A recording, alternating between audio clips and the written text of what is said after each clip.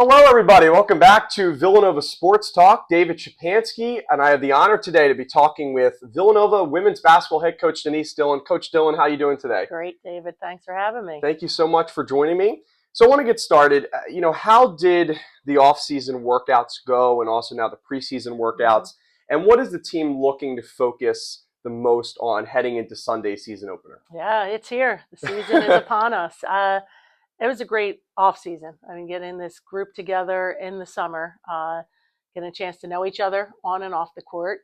Those practices certainly helped. The best piece of summer was our foreign tour. When we had a trip to Italy in early August, and just gave us 10 days of being on the road, playing 3 games, really giving this group that experience necessary in order to prepare for an exciting season. So we've been rolling along. I know the team is anxious to play. As so is Nova Nation. Yes, to play against an opponent. A couple exhibition games we had, but this will be a true test early, starting Sunday against a very good Wake Forest team. So excited to see what we have.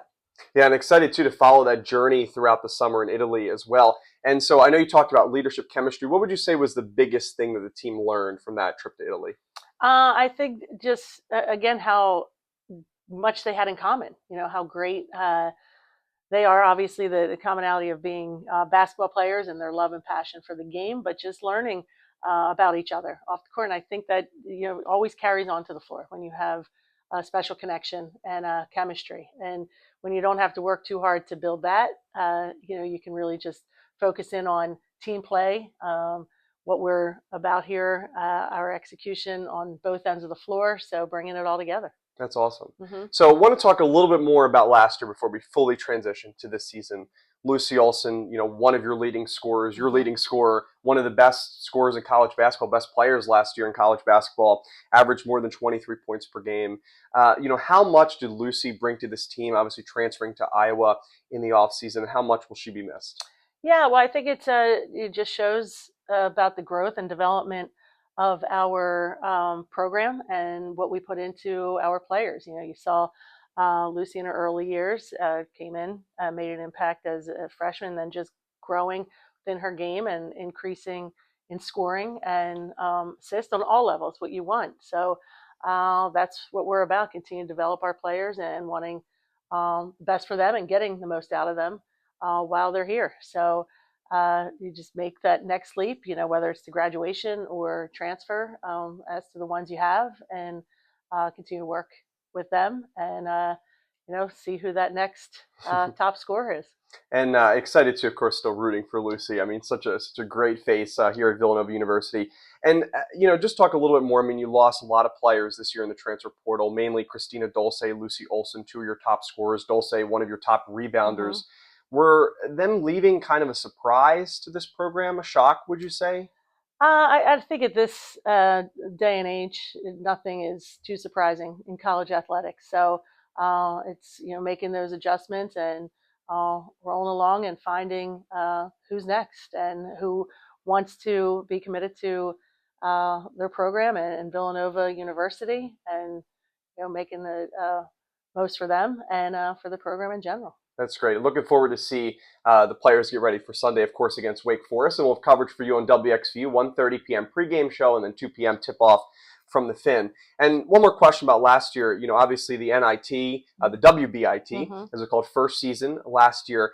For the players that are returning, and obviously there are some, a lot of new faces, but some players returning, what do you think they learned from that playoff experience in WBIT? And obviously a really deep run, beat a good St. Joe's team, and Right. Made it all the way to the finals. Yeah, I think it showed our group's progress throughout the year. What I think those who return have learned, like we have to make an impact early in order for the ultimate goal of the NCAA tournament. You saw a couple games there last year early that we didn't come out with the win. So the WBIT was a great tournament. It was well run, and I felt we had great competition. Being able to host a few games here is always special, but just having that hunger for a little bit more, wanting more, but making the most of postseason play and getting ourselves to that championship game, I thought was topped off a successful season.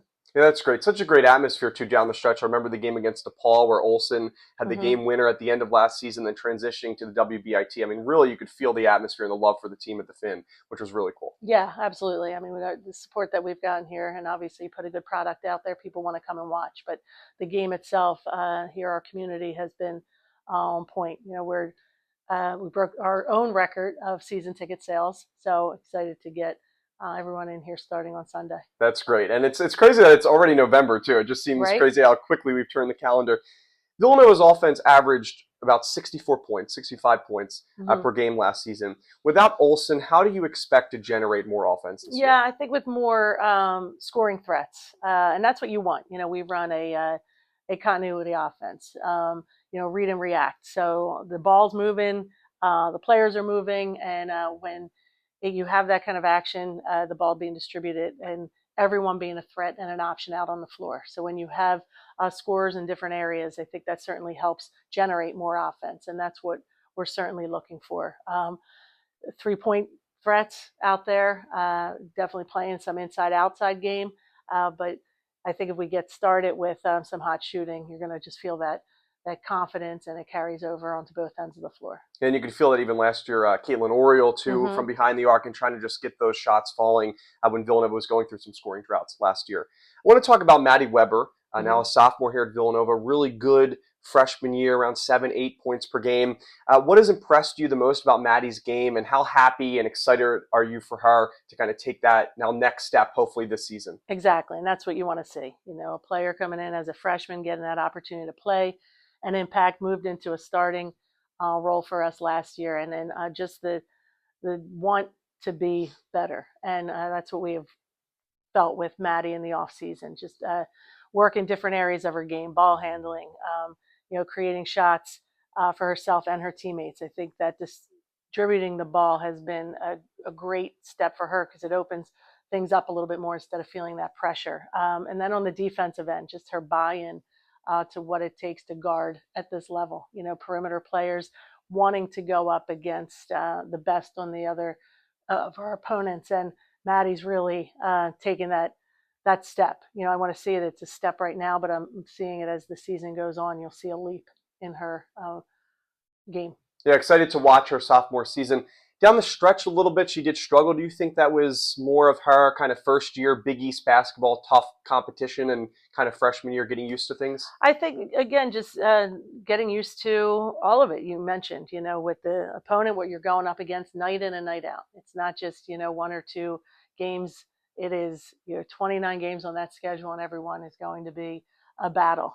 So just that recognition and getting the experience in order to face it and be prepared for it every day. And now she knows that. You know, she's preparing her body and mind, you know, in the off season to face some tough competition.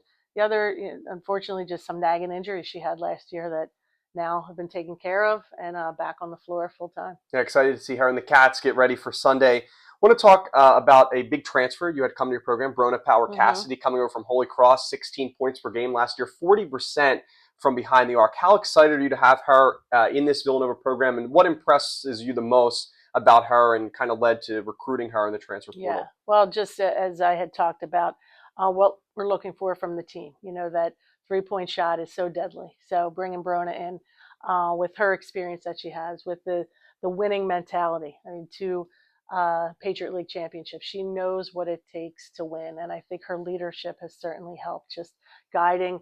We have some young ones we're counting on early, and you just hear the conversations that she's having with them, and you hear. Her in our huddles. Like Brona's like a coach on the floor because of that experience. So relying on her, you know, to play her game, not get caught in thinking it's got to be something else.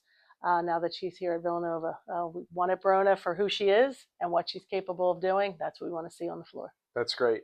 And Christina Dulce, obviously transferring to Maryland in the offseason, one of the best rebounders in the Big East college basketball, almost 10 rebounds per game. Hmm. How will Villanova try to generate second chance opportunities at the boards and kind of crash the paint to get some more rebounds? Yeah, a combination. I mean, you have Danae Carter back this year, so excited to have her on the floor. Laura Edmondson uh, coming in as a grad transfer. But a few players that I think always surprises people. the guards. I Hmm. think our guards' mentality to rebound the ball two ways on the defensive end because they want to get out in transition. So they have that mentality of going after it. And then, as you said, offensively, just generating some extra shots. So it's going to be a team effort for sure, getting on the glass. And transition a little bit here to injuries. Bryn McCurry out for the Yes. season with an ACL injury. What can you tell us about that? Yeah, it's unfortunate. I mean, Bryn, you saw her coming along so nicely last year. Bryn just brings an energy and an understanding of the game. Willing to do anything. Total team player. So it's heartbreaking to see Yeah. her go down and be out for the year. But once again, Bryn with a great mentality, getting herself healthy, and we're fired up to have her for 3 more seasons. Yeah, wishing her a speedy recovery Yes. for sure. Coach Dillon, I mean, so much success in your college coaching career, at Drexel, now here at Villanova. Mm-hmm. Overall, 422 career wins, just 247 losses. This season, Villanova is projected to finish 6th in the Big East, one of your lowest since, being a coach here at Villanova. Do you kind of look into the predictions, or how do you go about heading into your season? Is it the same way this year? Obviously, a lot of new players, transfers. How do you kind of look at this season? Yeah, I mean, you can't look at the predictions. It's tough for coaches to even put that into play when we're Hmm. doing the ballot for the Big East because you're not sure, who has what at this point. So it takes time. Now you can flip it anyway. You can look at it and be like, oh, we have something to prove. But I feel that's our mentality year in and year out. You step on the floor, you're representing Villanova University, and you have something to prove and looking out for each other in order to do so. So it doesn't, they picked us first or they pick us, 11th. We're going to have that same mentality. You got to prove your worth. You got to prove what you're capable of, and you're going to fight to the end. I always love seeing the coaching perspective on that because obviously from a media perspective, fan base, you pay attention a lot to the predictions because that's Mm-hmm. really, you're waiting for college basketball season and Sure. that's the thing you get first, but always interesting to hear that a coaching perspective, so I appreciate it. Yeah.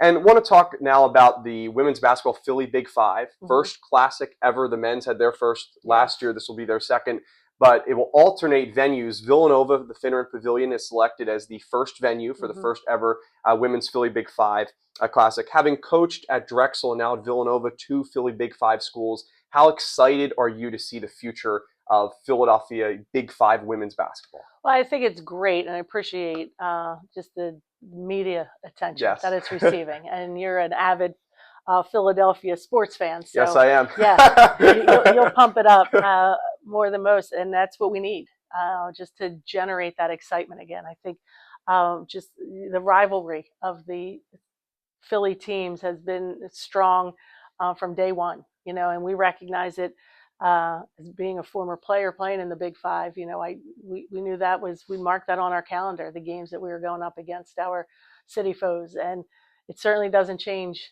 for me as a coach. You have these rivalries. You want that feel that you had. You want your players to feel what you had as a player, and just that competitiveness. I'm happy we finally got it right and have Drexel in it. I think it was well deserved. I missed that, here as a player at Villanova and then as an assistant coach, continued playing it. I went down to Drexel and a little bit of the outsider. So here they are back in it, and it's going to be some serious games, and I'm happy to have it here at the Finn again with this crowd support that we get. It's going to show the support and the love of the women's game, and I know there are going to be some great games. That's awesome. And you bring such a unique perspective, having coached at Drexel, played here at Villanova and also coached here at Villanova. So a lot of experience just in Philadelphia basketball, which is great. Oh, absolutely. So our last question here, we'll take away all basketball. It's a silly question. So many coaches, players have been asked this. It's kind of my WXVU tradition as a Philadelphia native. And I expect a really good answer from you because you are a local Philadelphia native, Philadelphia area. Do you have a favorite cheesesteak spot? If so, what is it? Oh, it's tough. I know, it's hard to pick one. Yes. Interestingly, all my years at Drexel, and people, they would ask, like, where to go. And we would send them to Abner's. Okay. So I haven't tried it, but I've heard of it, so I'll have to try it. So, Okay. Abner's was a place we'd send them, and, with great feedback. So. Do you have a favorite cheesesteak order? No, Okay. I don't. Okay. I don't. That's okay. I Yeah. appreciate your feedback as Yeah. always. And thank you so much, Coach Dillon, for joining Thank me. you. Super excited for the season and getting things going on Sunday. Thanks, David. This is Thank you. great. Yes, thank you so much Mhm. to Nova Nation and our Villanova Sports Talk listeners. Again, WXVU will have live coverage of this Sunday's women's basketball season opener against Wake Forest. 2 p.m. is tip-off at the Finn. 1:30 p.m. will be pregame. Again, WXVU, your student radio home for Villanova women's basketball. Have a great day, everybody, and as always, go Cats!